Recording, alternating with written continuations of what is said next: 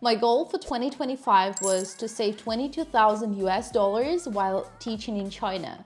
Fast forward, I failed, but I did save a significant amount of money that a lot of people would be happy with. So in this video, I want to share with you how much I saved in China in 1 year, what were my expenses and what's the market like, what the salaries are like. Let's start with salaries. It happens so often that salaries do not meet people's expectations, and that's because a lot of salaries are before tax. If we open job postings, we would see that the gap between lowest salary and the highest salary is pretty big. Lowest salary would be about 20,000 yuan, and the highest would be 30 and above. So what that means, if you look at the salaries after tax, 30K after tax wouldn't be 30K, right? It would be like 27.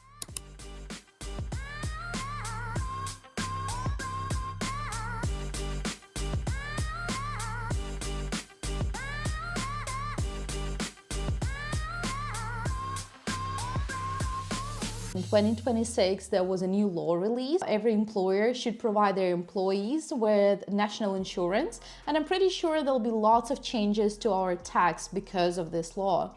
So we don't know how to work it out in the future, but in the past it was like minus a couple thousand, depending on your rate and depending how exactly they're paying your salary. So why some people struggle? Despite the low cost of living, we all have different habits. We have so many opportunities. When it comes to rent, you could rent a studio for 3,000 yuan, or you can rent a one-bedroom apartment for 5 or 6,000 yuan, or you can rent a two-bedroom apartment in the city center like I do for 8,600. But because I'm sharing it with my husband, that's not a big deal. But I could imagine if you're living alone and if you're renting a big apartment, you would spend a lot more money.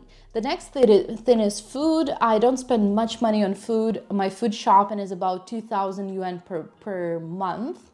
But again, if you want to eat something fancy all the time, if you eat lots of steaks, lots of fancy meats, your check will go up because that's quite expensive. I'm not using metro, I'm not using taxis a lot. I'm renting a bike and I'm commuting by bike. I go for my Pilates by bike. I'm soaking wet. So overall, including my Pilates, including my beauty expenses, I spend about 11,000 yuan per month. And that's enough for me. I'm not going like extremely frugal. I'm not buying lots of stuff. I'm just doing whatever I feel comfortable doing, like I described here. So which means that maybe for your comfortable life, you will need a lot more money or a lot less money. But my plan was very simple, save 13,000 yuan per month. But life got on the way. So what happened? I upgraded my phone, I upgraded my camera, I went on vacation with my parents. I took my parents on vacation to Thailand. We moved, I don't know if you remember, but we moved from one apartment to another one and we lost our deposit. So that's also a lot of money. We bought lots of gifts for our family and a little bit here, a little bit there, and there we are. By the end of the year, I have around 13,000 US dollars. That's what I saved after my first year in China.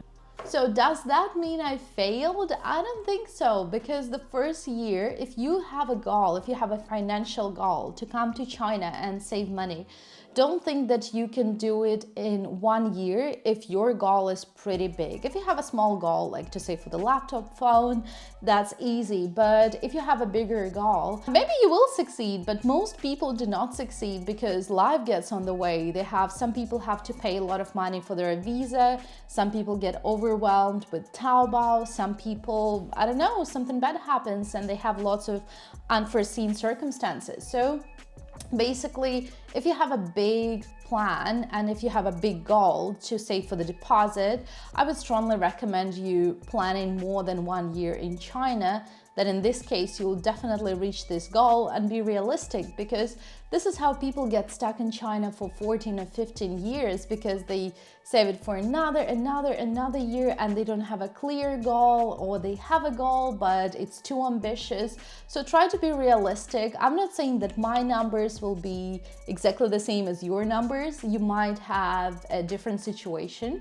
The second year of saving in China is actually much easier, because you understand where the cheapest things are, you understand where to go to get a better deals, and you're not as excited about things as you were in the first year. So that actually helps you to be calmer and more reasonable with your decision. If you're thinking about coming to China, working here as a teacher and saving money, you can definitely do it, but your goal should be realistic and your timeline should also be realistic. What really matters is not only how you save money, is how you get money out of China. A lot of people ask me how I send money from China, and if this is something you're interested in, please let me know in the comments and I'll make sure to explain this to you in my next videos.